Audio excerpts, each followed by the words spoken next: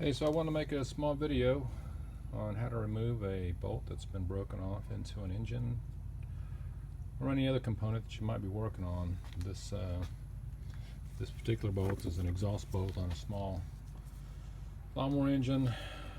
Is what the bolt looks like. That's the exhaust port, so it gets hot, and over time it'll seize itself in there with the heat if you don't change the gasket regularly. Anyway, this one is broken off in there, and it's pretty straightforward. Sometimes it works really easy, sometimes you're not as lucky.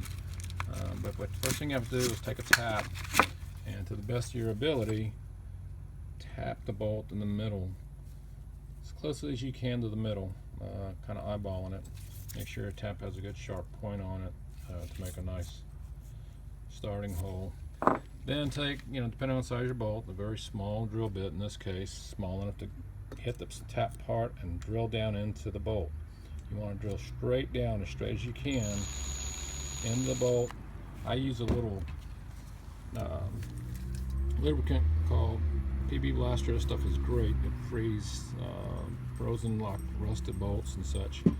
Anyway, I squirted some around the perimeter while I was drilling into the bolt and made my straight hole.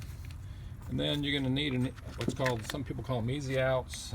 This particular product is made by Irwin, and you can see it's a reverse thread tap. Okay, so what you have to do is, after you drill your hole as straight as you can in there, you actually put the tap into the hole, and if you tap it down with the ball peen hammer, as you're tapping it, it's a reverse threaded tap, so it starts going down in there into the bolt, and it taps itself in a counterclockwise motion to lock it into the bolt. After it's tapped in nice and neat, the little luck, all you have to do is, if you take a T or a small crescent wrench, apply it here and break the bolt loose. Sometimes, if you're not so lucky, the tap will break inside the bolt, and you've got to drill the tap out and try again. But this one worked out pretty cool for me. I pushed down on it and just slowly turned it, and it came out. Once it's loose enough, you can just turn it with your hands and you'll see it coming out. There you have it. There's the other half of the bolt that broke off in the shaft. And then to remove it from the easy out, you just turn it clockwise into the easy out and it'll come out. All right. If you have any questions, feel free to leave a question and I'll answer the best of my knowledge. There it is.